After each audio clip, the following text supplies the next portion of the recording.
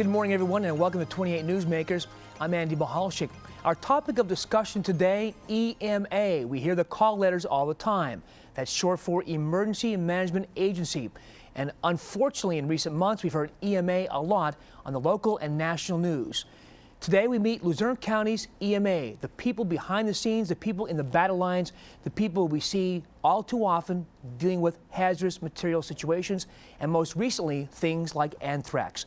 Joining me this morning, our co-host and senior producer, Jane Ann Bugda, and to her right, your left, Al Bardar, the acting director, the director of Luzerne County EMA, Kevin O'Brien and Steve Bakanich. When we come back, fellows, we're going to be talking about what's happening with EMA, the new challenges we all face, namely you guys in the battlefield, and also what people can expect to see from EMA in the years to come. That's here on 28 Newsmakers today. We'll be right back.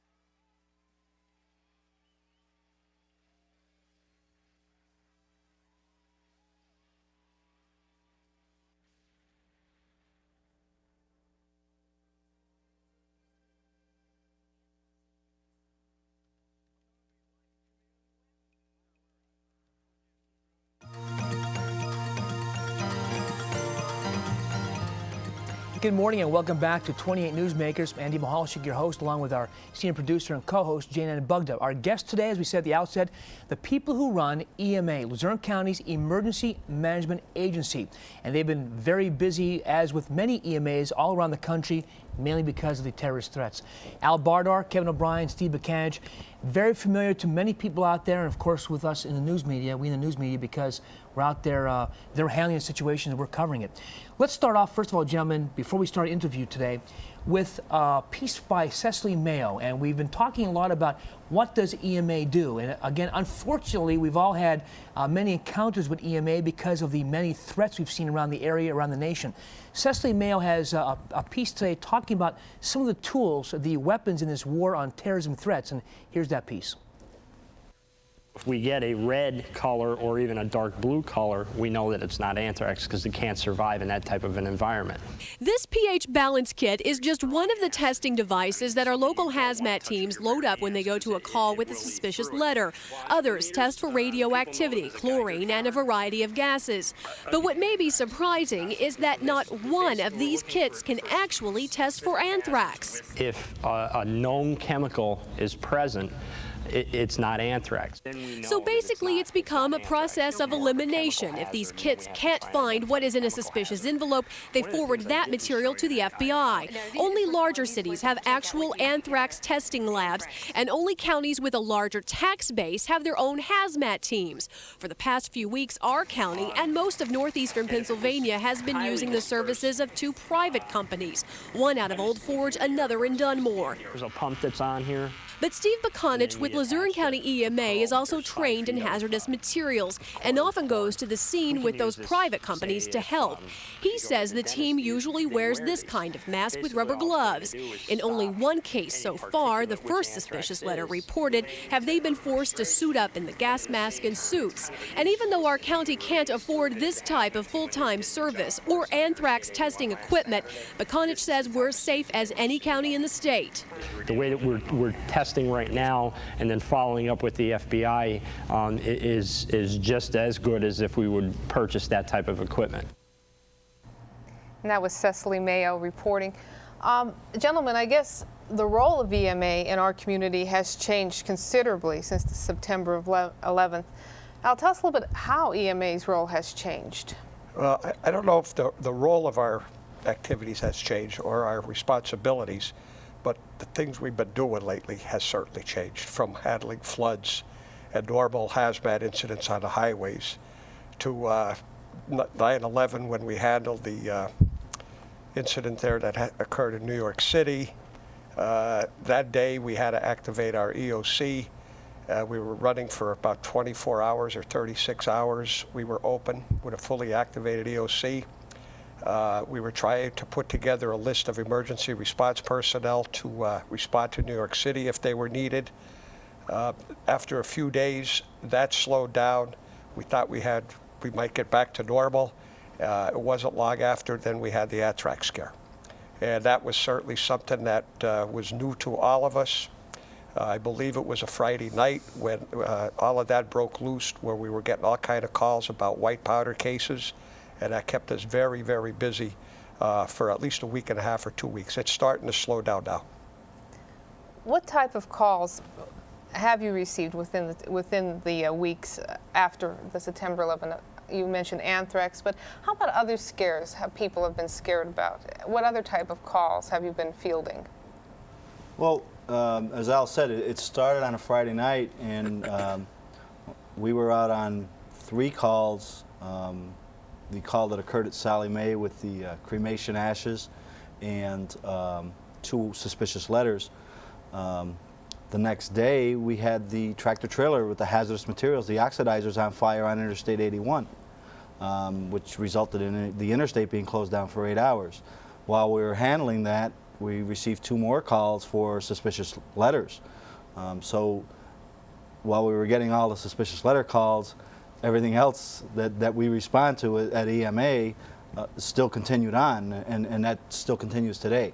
The letter calls are starting to slow down, but was evident recently at Plymouth Township at the tire fire. We were still there at EMA at the tire fire, and we respond to all the emergencies that we have to handle. It almost seems, and we've covered Luzerne County EMA specifically for many years, and really these 3 gentlemen here, I have to say, sometimes I wonder if you get a day off, because if it's a weekend or night, I mean, I guess we'll put a pitch in for the commissioners, they need more money. But in all seriousness, I mean, everything that happens, the EMA is involved in. Let me ask Steve this question, or Kevin, or Al.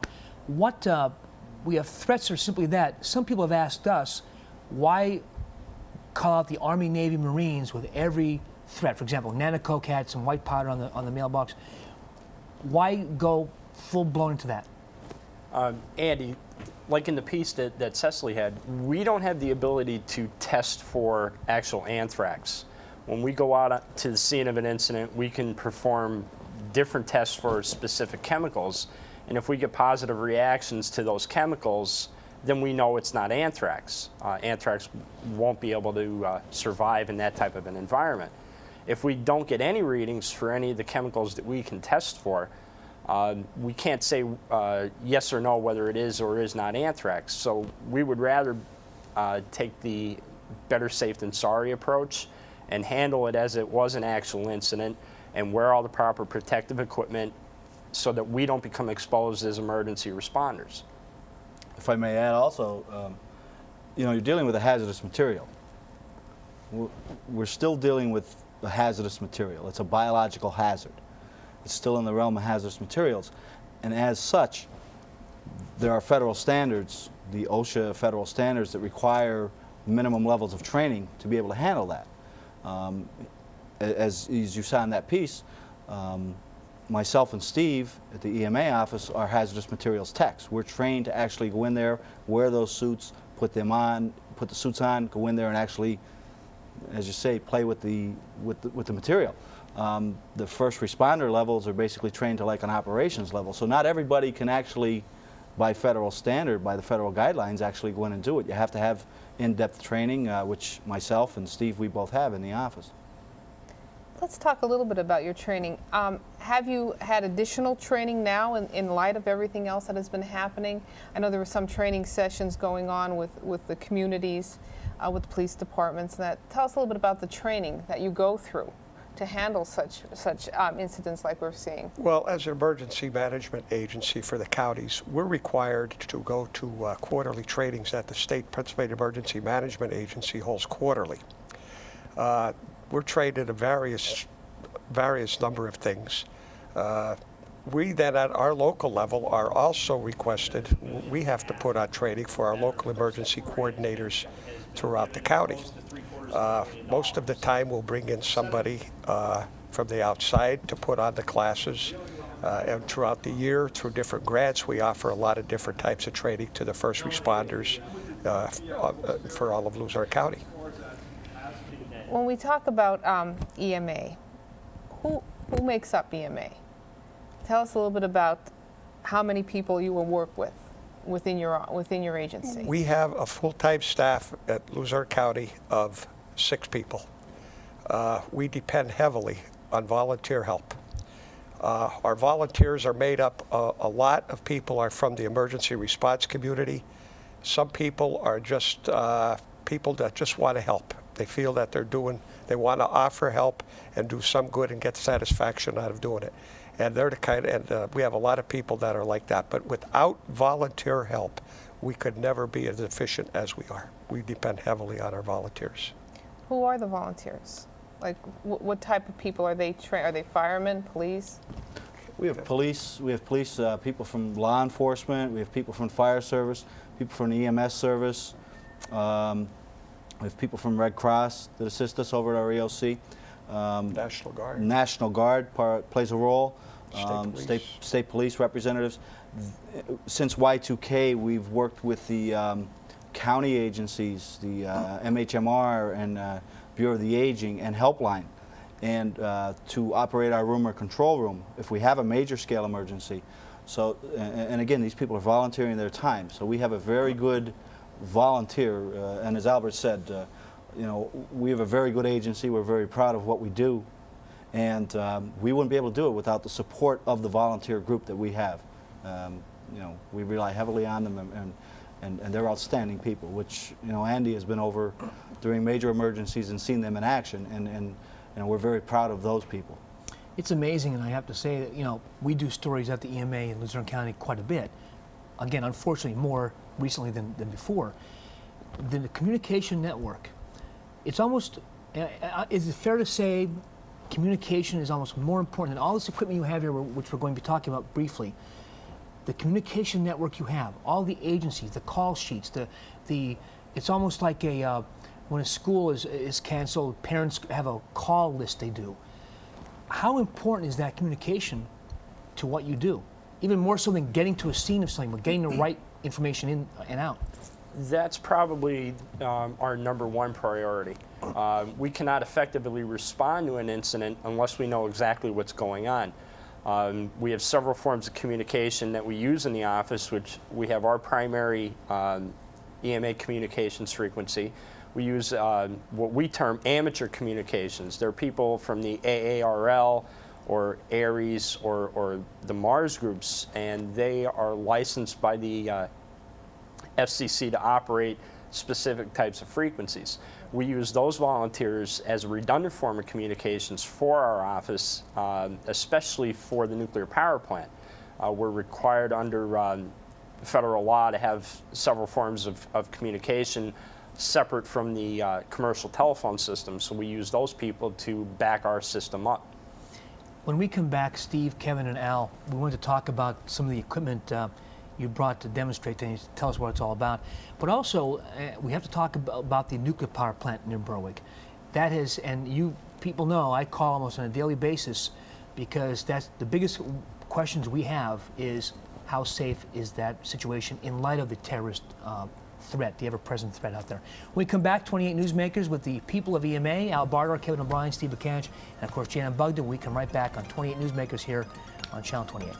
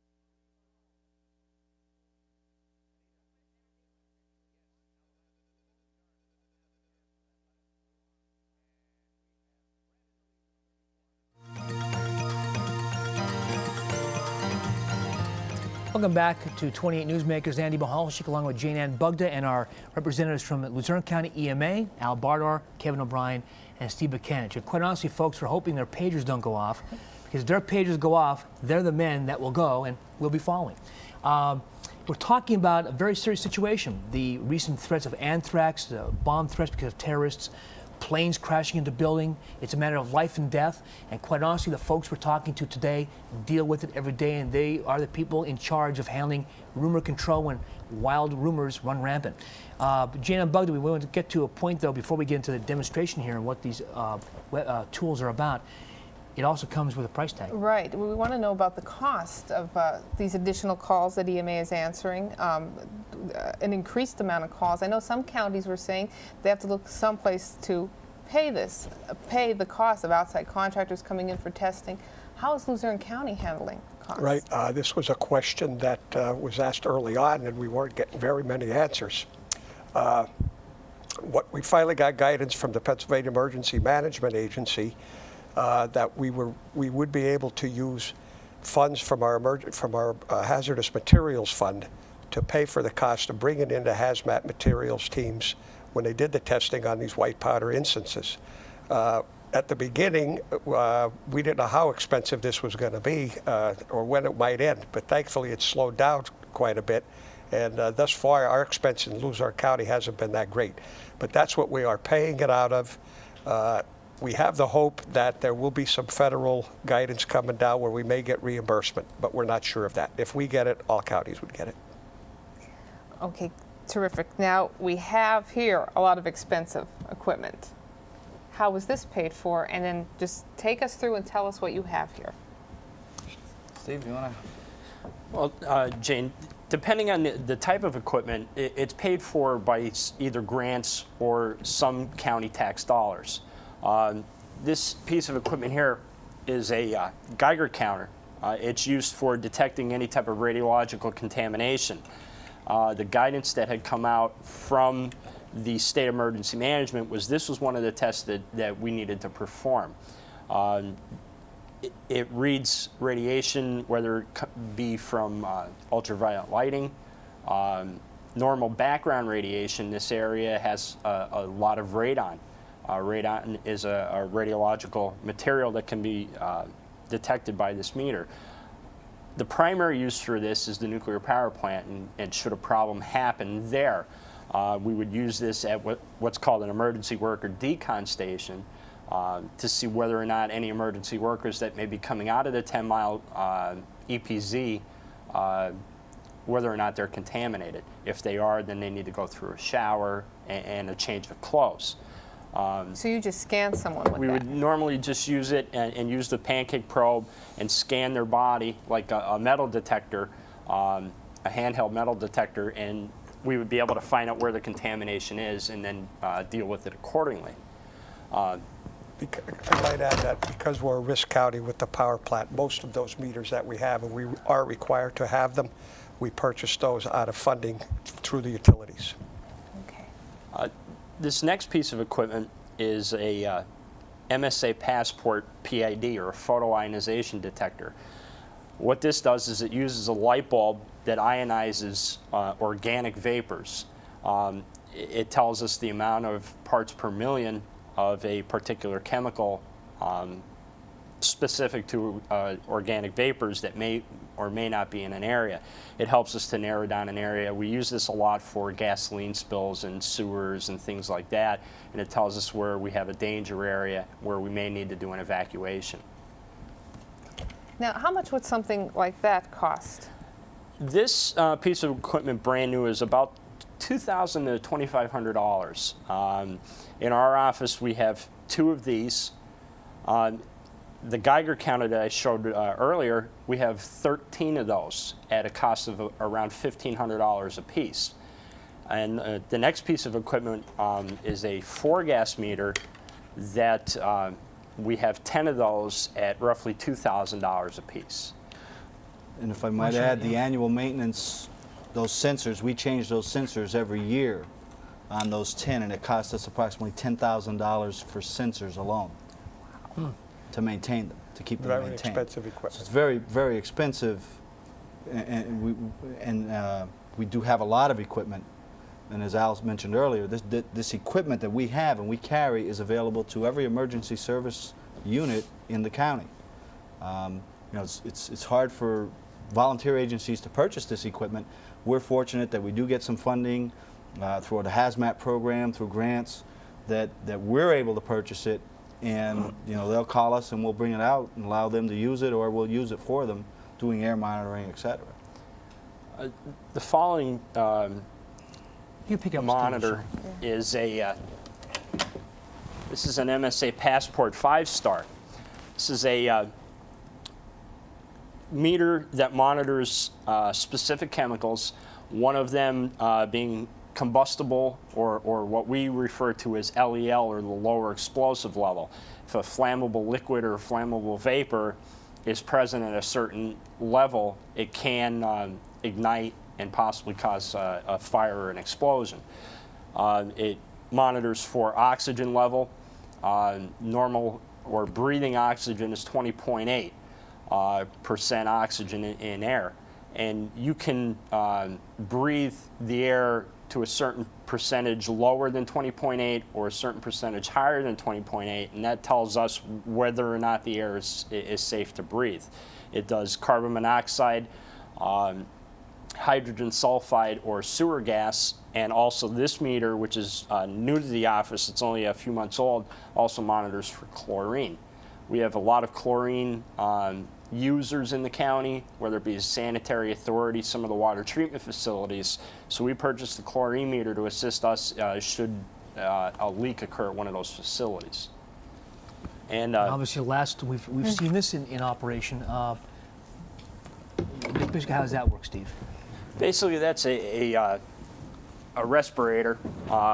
People are familiar with seeing this, and also the suit. This is our primary form of protection should we have an anthrax type either scare or a call. The canisters here are specific to particulates and various other chemicals. And when you put the mask on, tighten the straps down, you get a seal, and then you breathe air through these canisters. It will filter out any particulate or certain chemicals that these are designed for and allow us to breathe clean air. That way we don't get any of the potential contaminants into our system or into our lungs and cause ourselves harm. Have a one-way exhalation valve, and when we breathe out, the air can only go out, no air can come back in. So the only way the air is drawn in is through these sensors here. What is the suit made of? Because it looks like a very thin material. The suit is what we refer to as PVC Tyvek.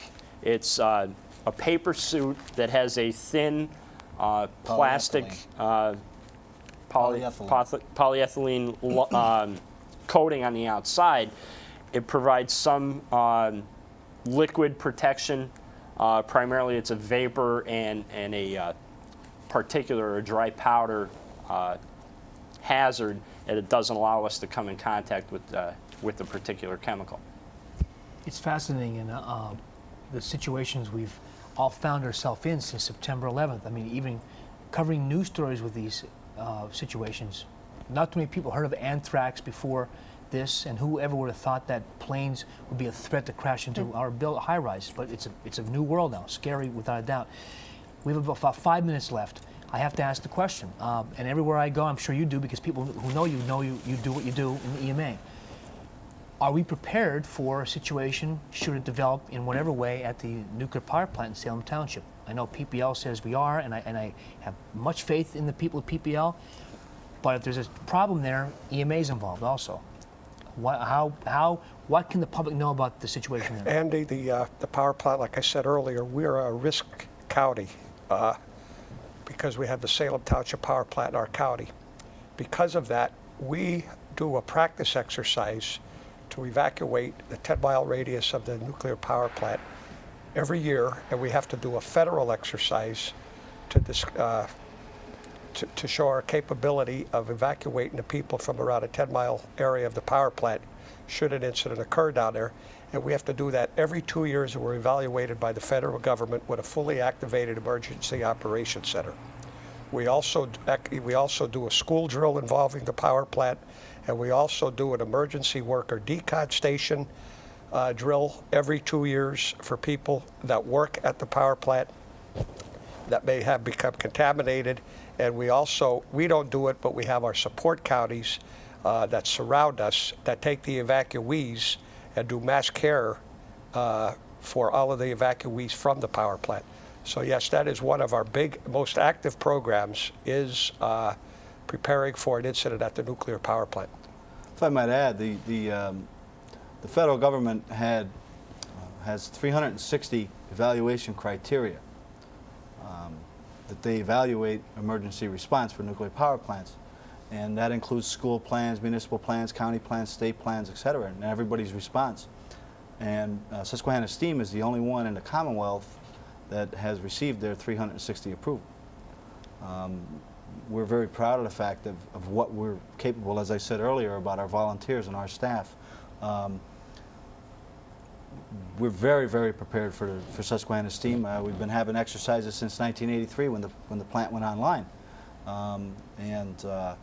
We could respond if the pager went off and said there was a problem at Susquehanna Steam tomorrow. We would respond the same way we would all the time, and have the highest confidence in not only our county staff but the municipals, those those municipalities within the 10-mile radius. Those people do an outstanding job, as does the other municipalities in the county also. You know, we have good municipalities, planning, and everything else. So. You know, we're very satisfied, and we're proud of the people that we have out there and the support we get from them. And there's no doubt that the level of our capabilities of what we have to do for the power plant certainly helps us in planning and preparing for any other type of incident. It all kind of is all interwoven. That. Sure, Sure, that's right. Whether it's an incident at the power plant, or an incident on a highway, or an incident at a facility, basically we would handle it the same way. If you remember back in 1987, the Spencer Meadow Fire in Nanticoke, those two municipalities, Nanticoke and Newport Township, they were inside the 10-mile radius, and we had just finished a training session and redid their plans for the nuclear power plant. We had changed the planning format, and you know, that went like clockwork. So. It's hard to believe that was 14 years ago. Yes. Wait, is it 14 yet? 14. Yes, 14. Wow. So I think we feel confident that our Luzerne County and all our communities are well served by our EMA, and certainly with the display of our equipment that we have here today. And I think that if anyone would have a question about their safety, would they just contact the EMA? Sure. And They could call us at any time. With any questions, we'll be glad to answer. Okay. And thank you for answering our questions today, and thank you for making Newsmakers part of your day.